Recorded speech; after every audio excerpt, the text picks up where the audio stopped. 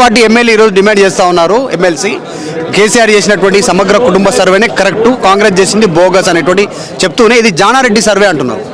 కేసీఆర్ గారు ఏది చేసిన బీసీలకు అంతకుముందు ఎన్టీ రామారావు చేసిన బీసీల కోసము, దాని తర్వాత చేసింది కేసీఆర్ గారే. ఈరోజు బీసీలకు గౌరవం ఇచ్చింది కేసీఆర్ గారు. కాబట్టి కేసీఆర్ గారు చేసింది కంటిన్యూ చేస్తే మంచుకుండు, కానీ కేసీఆర్ గారు చేసింది రివర్స్ చేసే ప్రయత్నం చేస్తుండు. 100% కేసీఆర్ చేసిండు.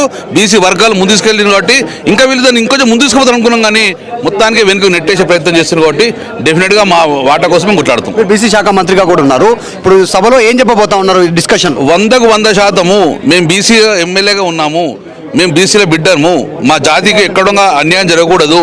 డెఫినెట్గా సంఖ్యాపరంగా సమగ్ర కుటుంబం మళ్ళీ చేయండి.